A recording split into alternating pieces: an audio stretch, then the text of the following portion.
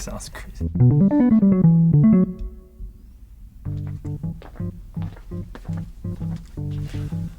Hi there, Sonic Sailors, and welcome to yet another episode in Soundpaint. In today's video, we're going to be listening to our 1959 Swingmaster guitar. This is a beautiful, jazzy R&B kind of instrument. It's from 1959, so it's obviously at the highlight of a musical era where jazz was really popular. And there's a wonderful backstory to the Swingmaster.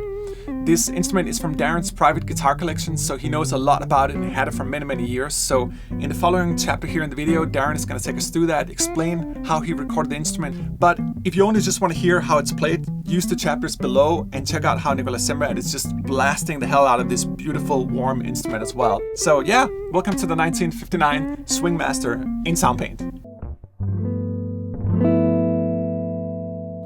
Okay, Swingmaster.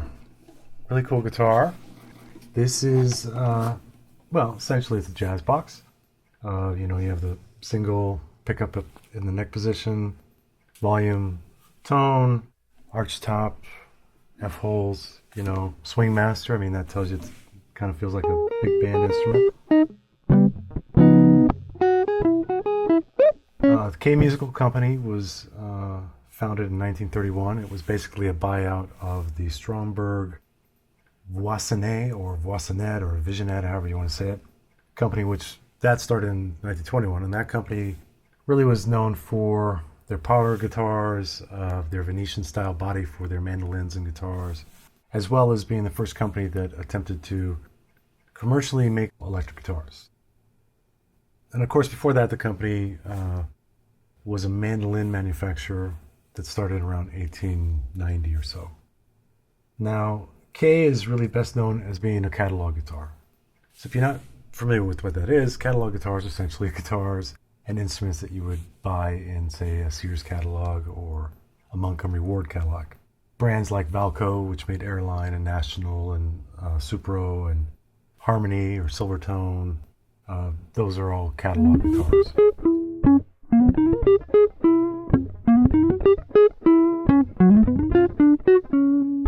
The Swingmaster came out in 1959, and it came in one or two pickup versions. They were meant to be affordable, but they are still quite well made.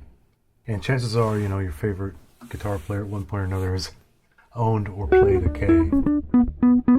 The most prominent musician I can think of that has used the K recently would be Jack White of the White Stripes.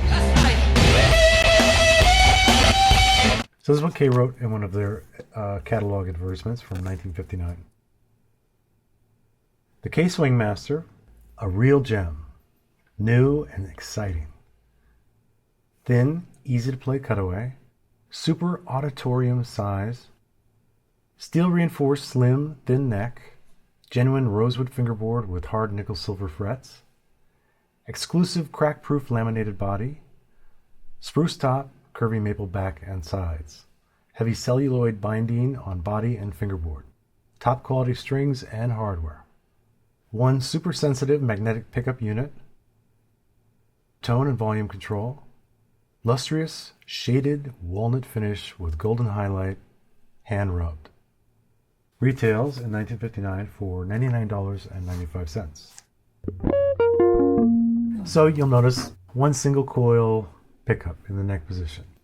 This pickup is what we affectionately refer to as speed bump pickup, not to be confused with the Gibson P13.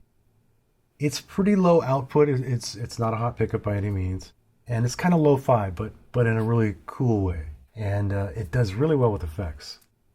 Kind of gritty. It has a really round bass to it. You can get that vintage kind of bop and swing jazz, the Charlie Christian kind of thing. Or even Django when he was, plugged in later. The grittiness and stuff gives you a lot of other options to go into other genres as well as other eras. Given that this is, really a jazz guitar, I kind of obviously leaned into that when I was sampling it.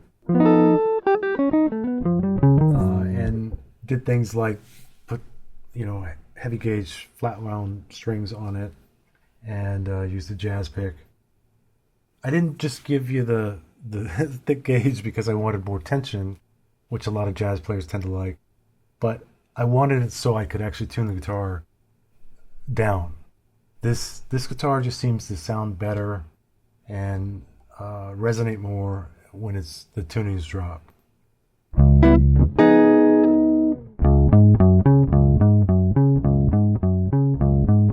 Anyways, had a blast making it. Hope you enjoy it, and until next time.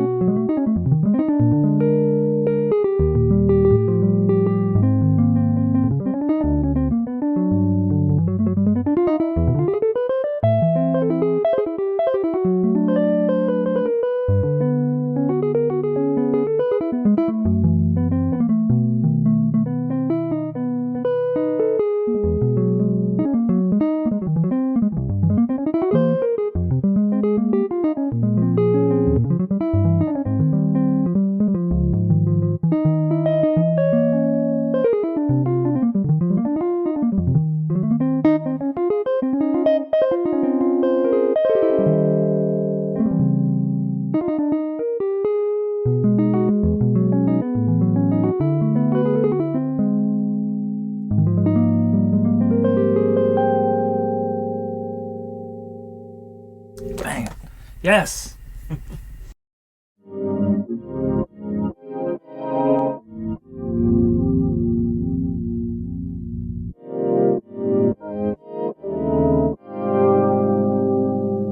Oh, there's multiple guitars.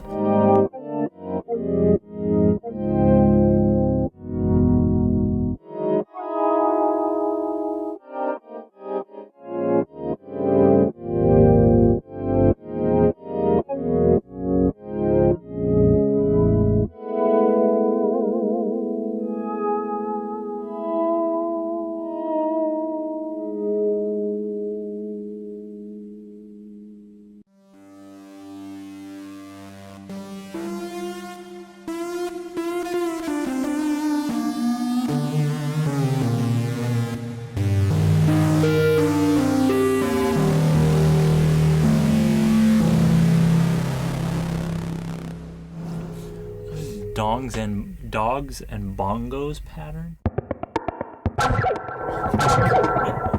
What the fuck? Ah.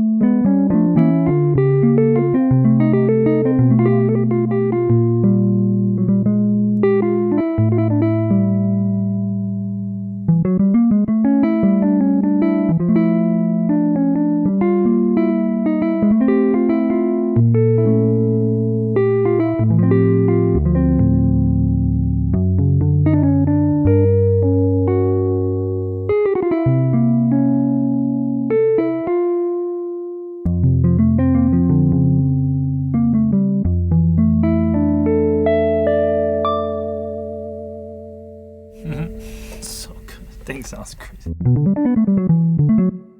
Yeah, I grew up like all the stuff what my dad would play.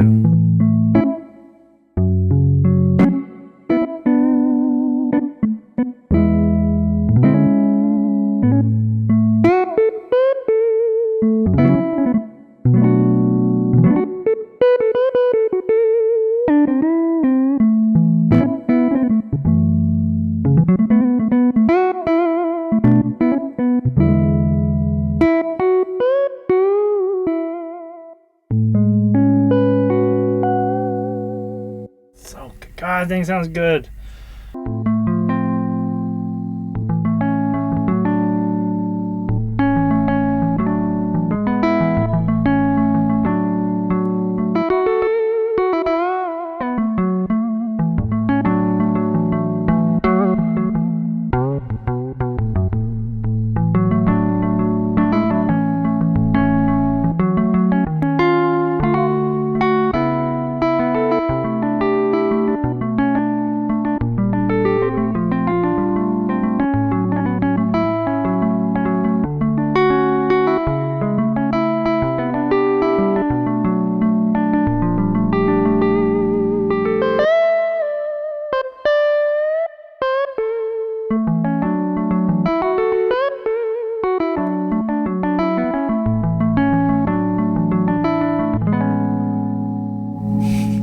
I hate that I played that last chord.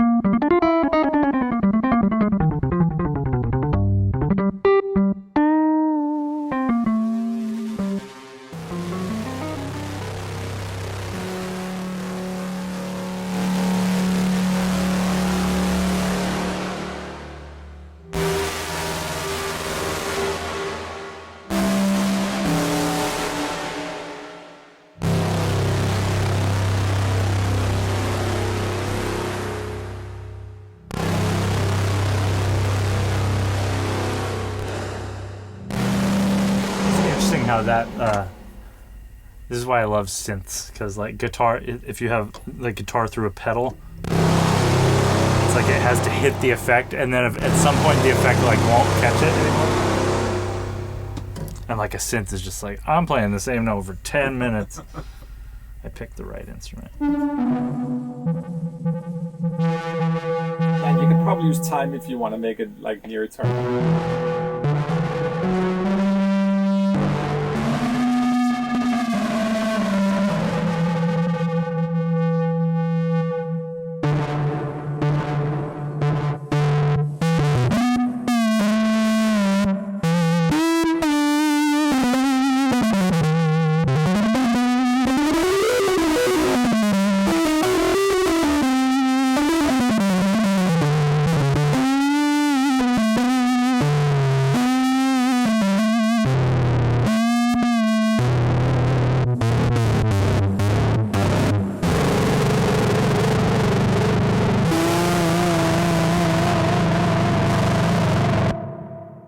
Like a chainsaw.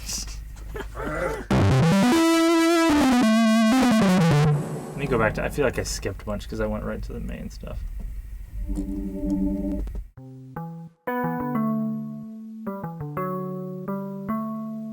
There's the crush.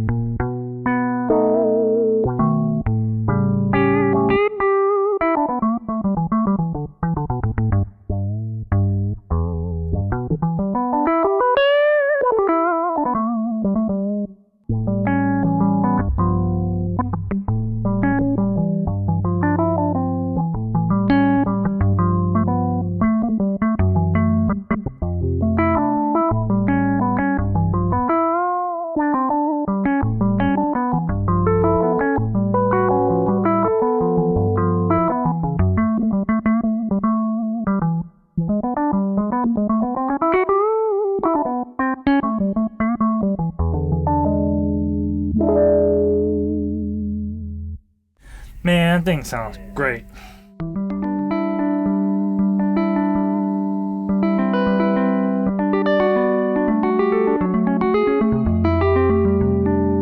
I feel like electric and the clean and flat are my two vibes.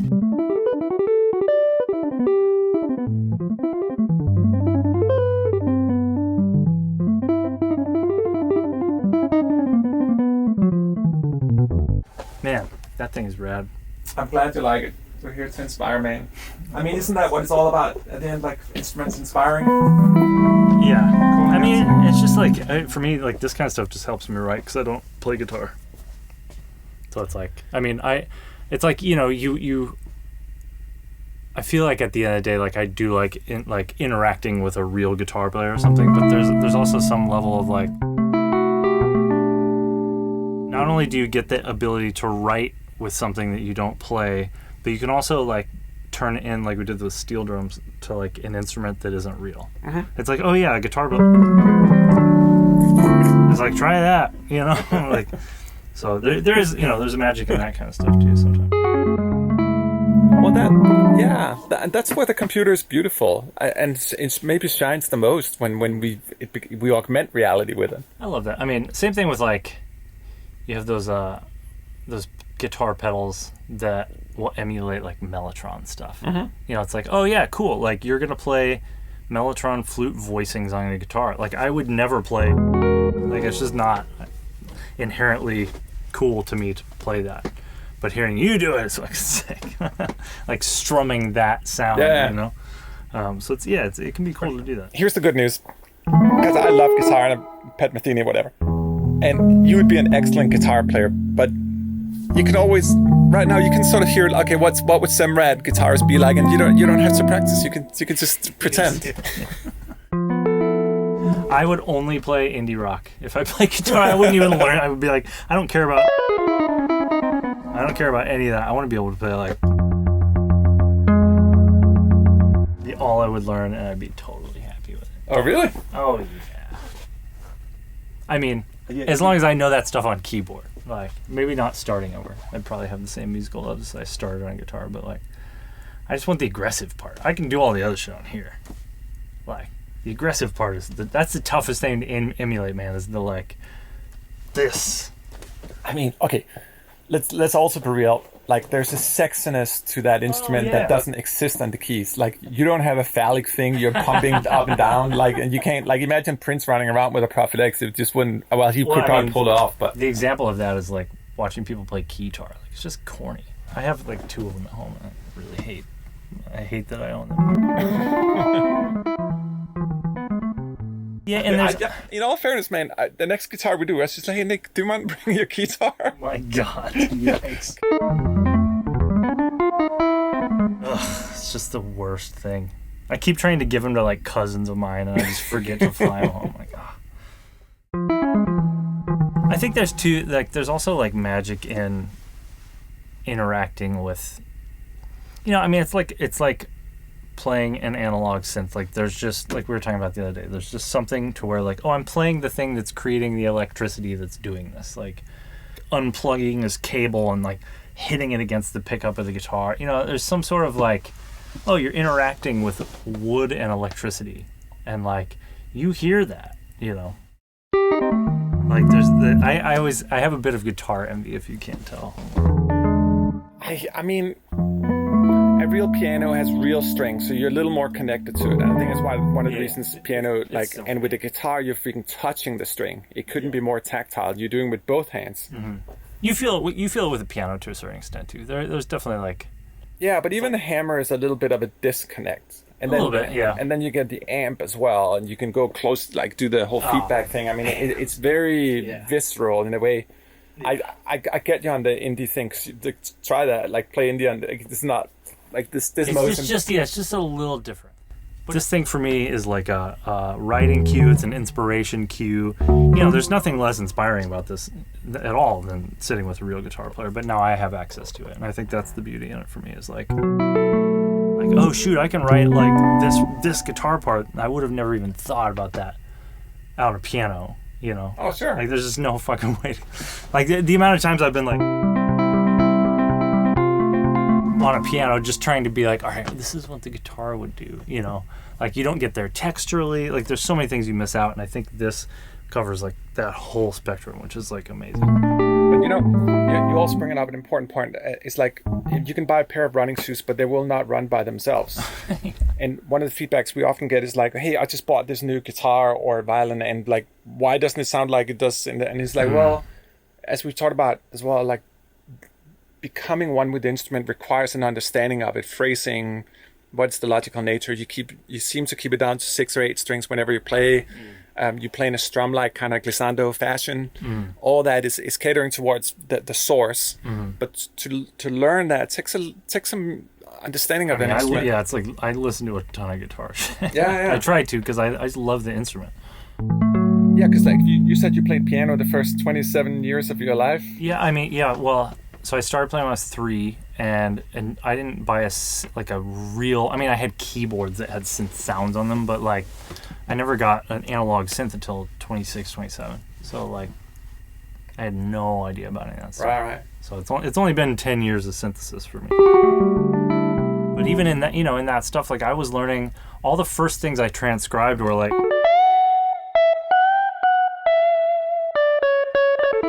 Like David Gilmour Pink Floyd solos.